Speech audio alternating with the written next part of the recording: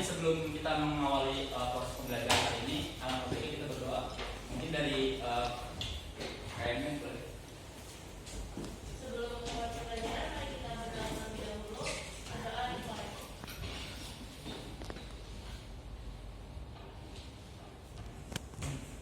Berdoa selesai. Baik, sebelum dimulai saya absen dulu ya.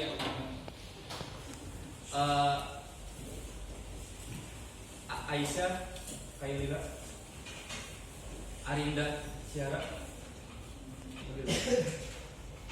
Delvian, Faris Akmal, Ferdi Daviansyah,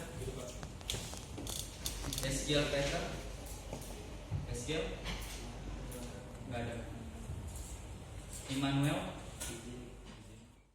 Habis tadi mata pelajaran sebelumnya fokus kurang. Nama SDG awal ini adalah kata sifat kebalikan. Jadi nanti ini tentang binatang atau flora, fauna. Seperti ini teman-teman.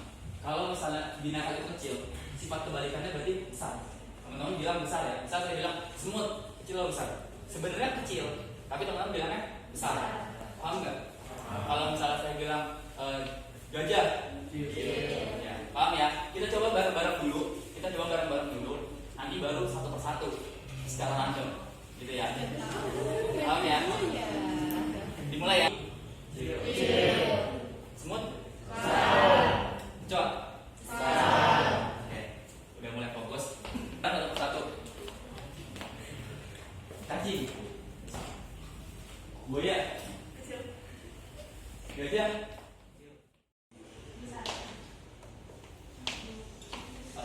Kepiting.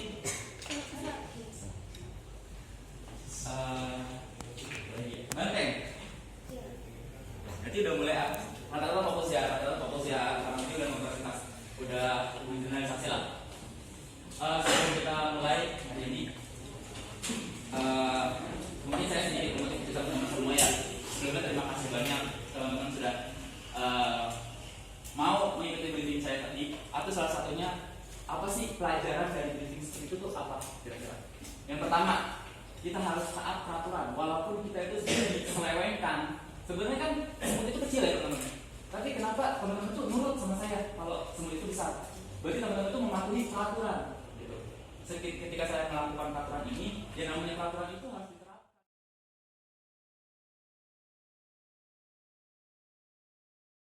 Aneh lagi gitu, bukan hal yang aneh lagi.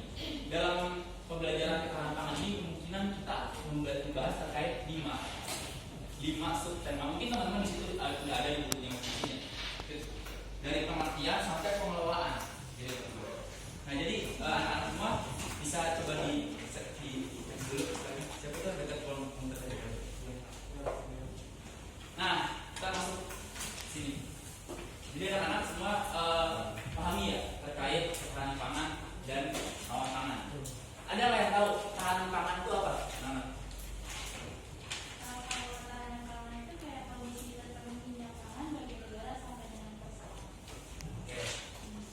Nah, ada yang tahu rawan pangan?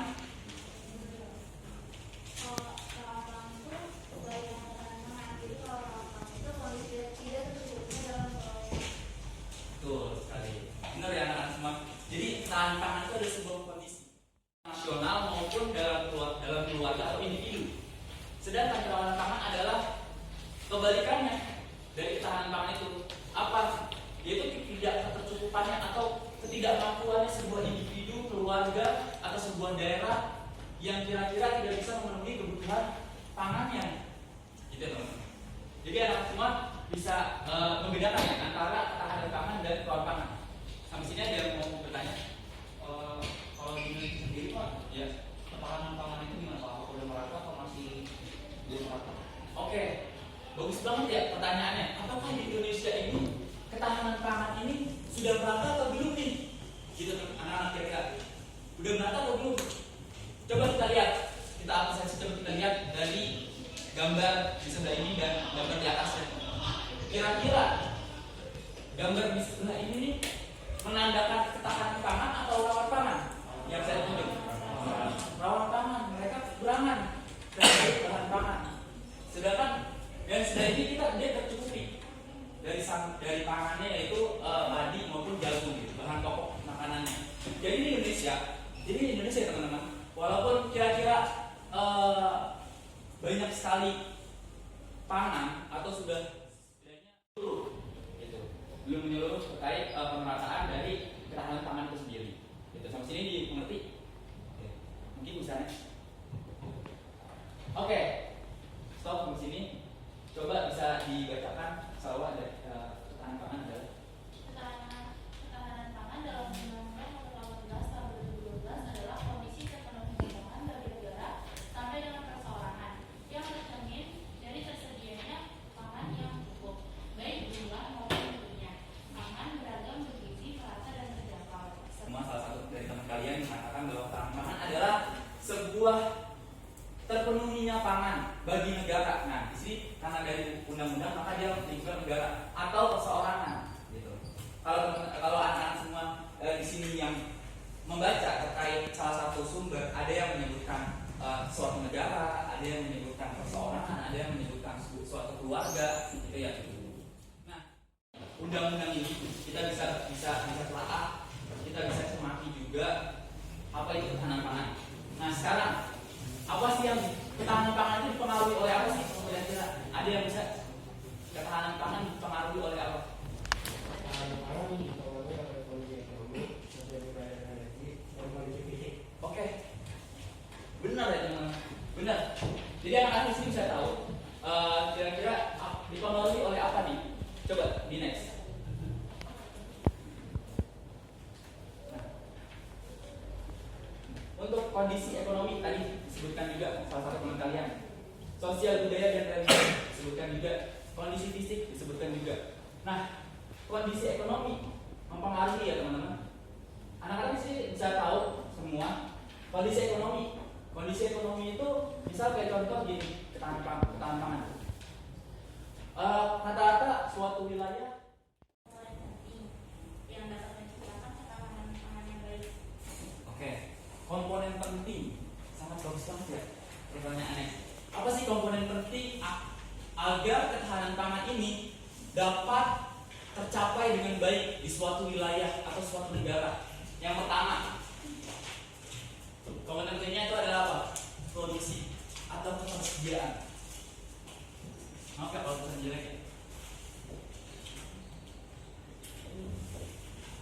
Produksi atau ketersediaan, teman-teman.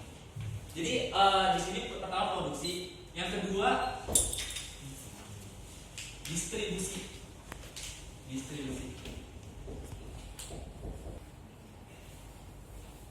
Ada yang tahu tidak?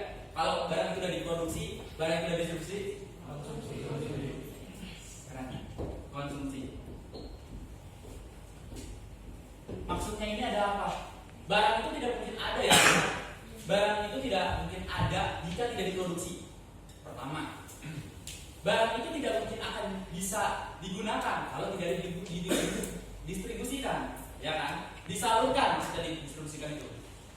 Barang itu tidak mungkin bisa terus bersiklus kalau tidak dikonsumsi. Kalau cuma diproduksi barang itu makin banyak, akhirnya nggak ada yang konsumsi, ya sama aja gitu, nggak akan konsumsi.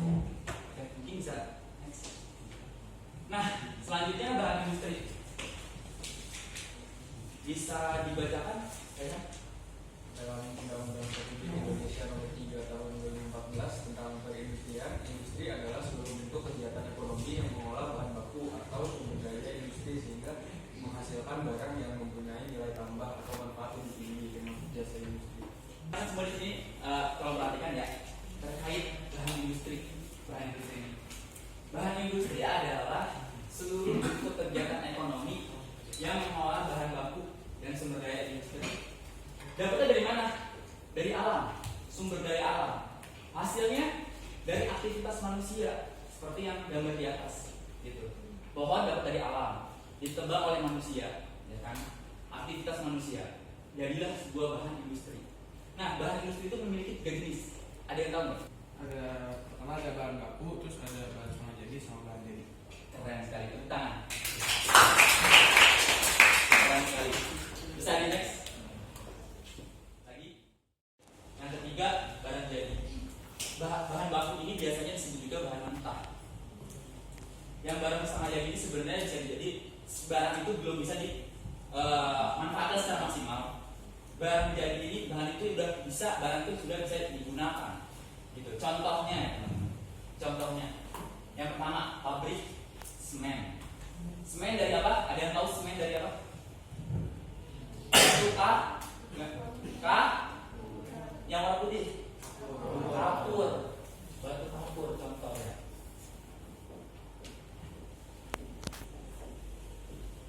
Terus barang setengah jadi dari batu kapur ini itu adalah smelter dari batu kapur itu sendiri. Diremah dia. Diremah smelter dari batu kapur ini sendiri. Belum jadi semen dulu. Dia smelter. Atau istilahnya barang tambang tapi belum sampai selesai. Setengah jadi. Oke, salah benang ya. Benang itu setengah jadi. Sebelum kapas bisa. Kapas jadi benang terus jadi apa? Baju, kain ya boleh. Itu ya teman-teman. Jadi anak-anak sini semua bisa tahu antara kapas, benang dan baju. Kapas bahan baku, benang barang sedang menjadi. Karena benang belum bisa dimanfaatkan secara maksimal. Benang masih mau menjadi apa nih? Gitu kan. Terus baju baru bisa digunakan seperti yang teman-teman pakai. Gitu. Jadi bisa next.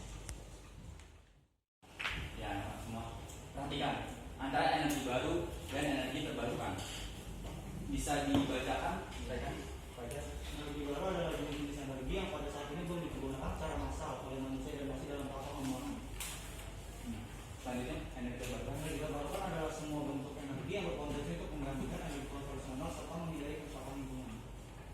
Menghindari kerusakan lingkungan.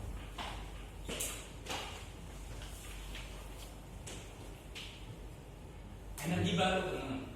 Energi baru bisa jenis-jenis energi yang pada saat ini belum digunakan secara massal oleh manusia dan masih dalam tahap pengembangan. Nah, dari energi baru ini itu ada yang disebut dengan EBT, ada yang disebut dengan EBWT.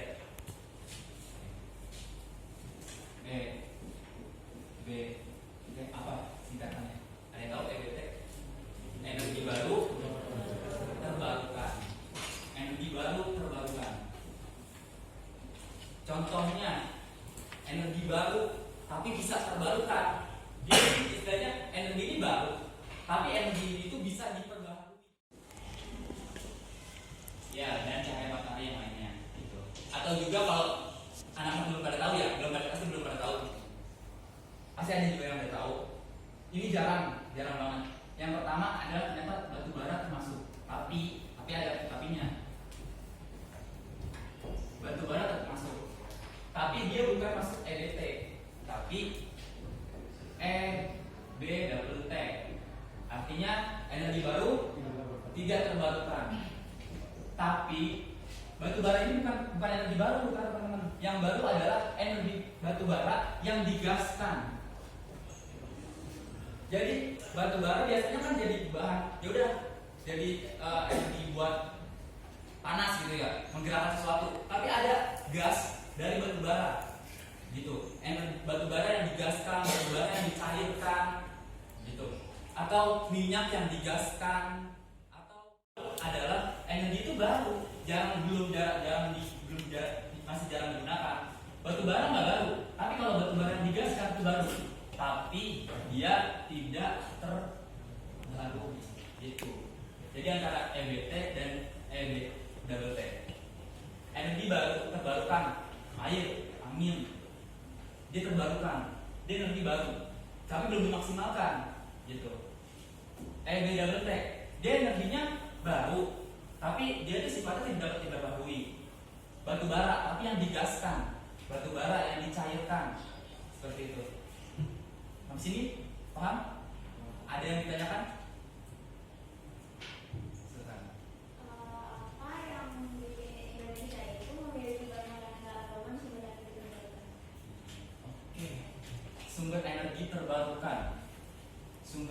energi yang terbarukan itu berarti yang angin, air atau batu bara itu terbarukan tapi tidak terbarukan. Yang pertama adalah apa? Belum ya? Oke, saya kasih tahu dulu ya, mungkin untuk memancing. Pertama adalah faktor letak Indonesia, letak geografisnya. Letak geografis.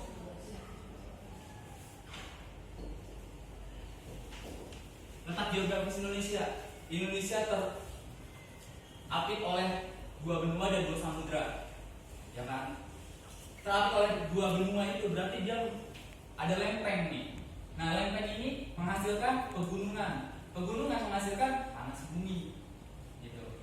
Yang kedua, letak geografis Indonesia. Dia berada di lintang berapa antara khatulistiwa. Nah, itu mempengaruhi apa? Iklim. Selanjutnya iklim. Letak geografis, lanjut ke iklim. Iklim Indonesia ada tropis, sehingga Indonesia banyak sekali energi surya. Topografi, gitu. Topografi Indonesia. Indonesia itu kan gak datar, ya kan? Indonesia berbukit-bukit, berpulau-pulau, ada banyak air terjun. Nah, air terjun itu digunakan untuk apa? Energi dari air menjalankan turbin, akhirnya terjadilah pembangkit listrik tenaga air. Contohnya gitu. Jadi dari ketiga ini itu mempengaruhi sekali Indonesia memiliki energi baru terbarukan. Itu ya. Jadi paham sampai sini anak? Paham. Ya. Oke, bisa di next. Agro ekosistem. Keanekaragaman hayati dan agro ekosistem. Keanekaragaman hayati. Keanekaragaman hayati boleh teman-teman secara bebas, anak-anak di sini secara bebas. Keanekaragaman hayati itu apa yang anak-anak tahu aja deh. Ada yang tahu nggak? Apa? Siapa? Apa? Ada yang tahu? Keanekaragaman hayati aja deh. Atau hayati itu apa sih hayati? Udah, tinggal keanekaragamannya aja. Apa pengertiannya? Keanekaragaman itu bermacam-macam.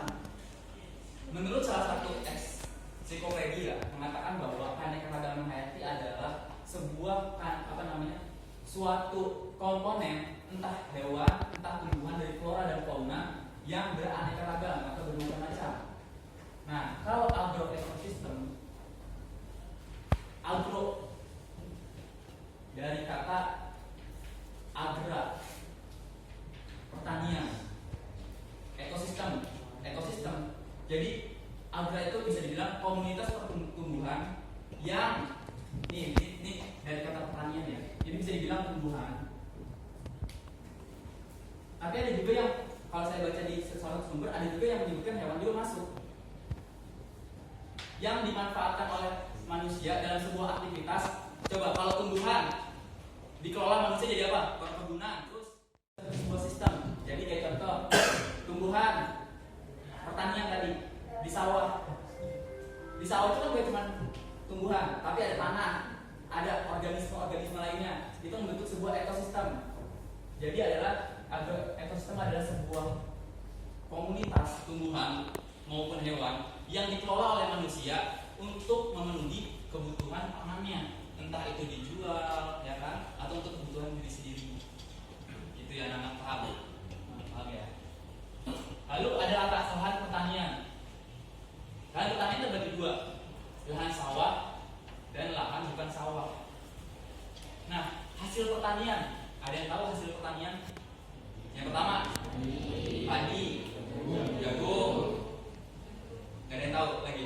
Itu yang paling ini ya, paling gampang dihafal. Ada lagi? Gandum, terus cabai enggak? Saya ngapalin lahan pertanian. Oh, lahan pertanian itu bahannya itu pasti menghasilkan bahan pokok. Padi, makan pokok.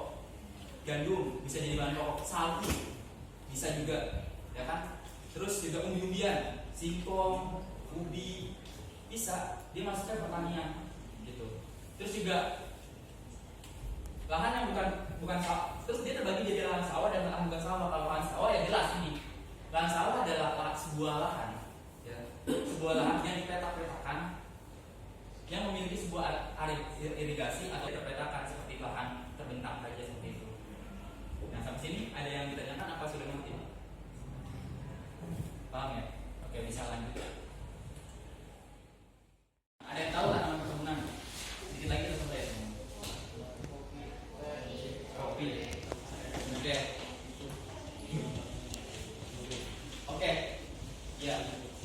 perkebunan itu bisa dibilang tadi benar kopi, cengkeh, ya kan? Kopi, cengkeh, terus juga tadi apa lagi? Teh. Nah, ya, jadi perkebunan itu adalah yang diambil atau dimanfaatkan tidak batangnya tapi hanya buahnya. Itu bisa pengertian dari perkebunan. Kalau sama batang-batang nanti namanya tanah, hutan, kayu-kayu semua ditebang. Terus jadi usaha perkebunan ini ada dua, usaha budidaya tanaman perkebunan, sama usaha industri. Ada yang tahu berdasarkan jenis tanamannya? Ada dua juga kalau nggak salah atau tiga. Ada yang tahu nggak? Yang sini. Ya, silakan. Tanaman musim yang berumur pendek sasaran tahunan. Oke. Selanjutnya sudah paham. Usaha budidaya tanaman perkebunan itu usaha budidaya tanaman perkebunan tadi, cengkeh, kopi, ya. Jadi bisa berbeda ya antara perkebunan dan pertanian itu beda banget. Terus usaha industri pengolahan hasil perkebunan.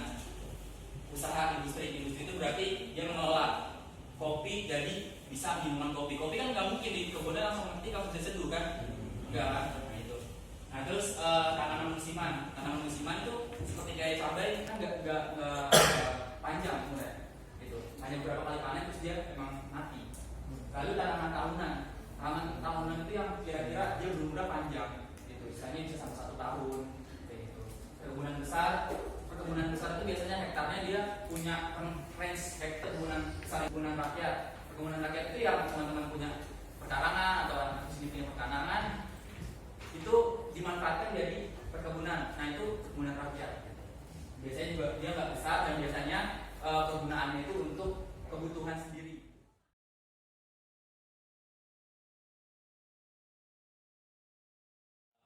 Pembelajaran hari ini karena memang waktu juga. Mungkin kita bisa next kita lebih banyak sharing-sharing lagi, ya kan, bisa lebih perdalam lagi terkait tanaman ini karena untuk menutup dari saya ya anak-anak semua, penutup dari saya adalah dunia sekarang ini tidak dalam keadaan yang baik-baik saja teman, tidak dalam keadaan baik-baik saja. Ada yang tahu anak-anak semua di sini kenapa tidak dalam keadaan baik-baik saja? Ada yang jawab perang? Iya perang. Rusia Ukraina itu perang mempengaruhi ketahanan pangan nggak? Mempengaruhi. Indonesia diprediksi akan mengalami resesi di tahun 2023. Ada yang baca berita itu? Apakah teman-teman nggak takut? Harga tempe yang tadinya segininya 10.000 jadi 100.000 karena perang dari Rusia dan Ukraina. Itu kan salah satu negara adidaya, negara adidaya yang kira-kira sangat mempengaruhi kehidupan yang ada di dunia. Jadi kalau di sini anak-anak semua punya perkebunan, ya tanamlah singkong, ya tanamlah pisang. Kalau lagi punya pisang tinggal ambil, punya singkong tinggal cabut, kan enak, nggak usah beli, ya kan? Ntar harganya udah selangit, nangis. Gitu kan? Masalahnya sama terkait pangan. Kita nggak tahu pangan di dunia ini sampai kapan siklusnya akan baik-baik saja, tapi kita perlu persiapan untuk menghadapi hal tersebut. Gitu, memitigasi yang lebih bagus. Gitu. Mencegah lebih baik daripada mengobati. Kalau udah terjadi, bingung kita. Gitu. Manusia bisa beraktivitas karena pangan. Kalau nggak ada pangan, mati ya udah. Siapa yang mau menjalankan aktivitas lagi? Segitu pentingnya pangan untuk kehidupan kita. Mungkin sekian untuk presentasi dari saya untuk pemaparan seri-seri ini. Mungkin nanti bisa lebih dalam lagi. Kita bisa di luar dari ruang forum ini, ruang kelas ini. Kalau misalnya bertanya terkait pangan, perkebunan, pertanian, industri dan lain sebagainya, boleh, karena kita belajar di mana aja teman-teman. Tidak boleh, istilahnya ini ada istilah teman-teman. Menuntut ilmu tidak boleh terbatas oleh tembok kelas. Tidak boleh teman-teman. Kita bisa belajar di mana aja, dengan siapa aja. Bahkan kita bisa belajar dengan pemabuk. Pemabuk itu sebagai contoh orang yang tidak baik. Sebagai berarti kita belajar. Kita tidak boleh membatasi pemikiran kita dengan ruang kelas ini. Jadi tetap kita eksploitasi pengetahuan sebanyak-banyaknya agar teman-teman semua di sini bisa tidak tertinggal zaman dan tidak tersingkirkan oleh keadaan dunia yang benar-benar sedang genting. Gitu. Orang-orang yang mau belajar itu harus siap menerima senangnya di masa sekarang, sulitnya di masa tua nanti. Teman-teman bisa lihat, anak semua bisa lihat gimana orang yang bekerja di pinggir jalan panas-panasan, kita nggak tahu mereka prosesnya dulu gimana, ya kan? Kita di sini pengen proses bener-bener, ya kan? Pengen kerja yang enak, ya kan? Penghasilan yang enak, ya kan? Ngebahagiain orang tua, ya kan? Maka jalanilah. Ingat kata Mahatma Gandhi, jangan pernah kayak nanti takutnya gagal. Dengan kita berusaha, ada kemungkinan, setidaknya ada kemungkinan kita akan berhasil. Tetapi orang yang tidak berusaha dapat dipastikan tidak akan bisa berhasil. Gitu ya. Mungkin sekian untuk saya dan motivasi belajar teman-teman semua. Bila itu direka, bisa dibuat